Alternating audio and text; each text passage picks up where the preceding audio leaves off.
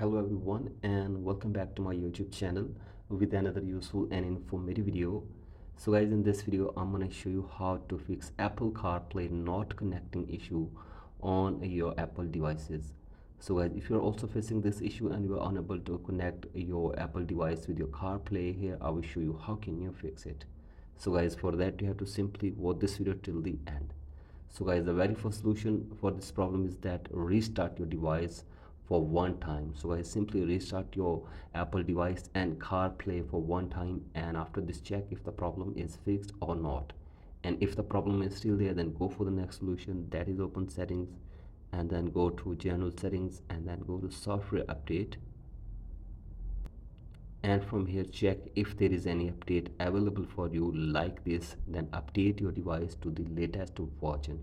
So I simply update it, and after this go back and check if the problem is fixed or not.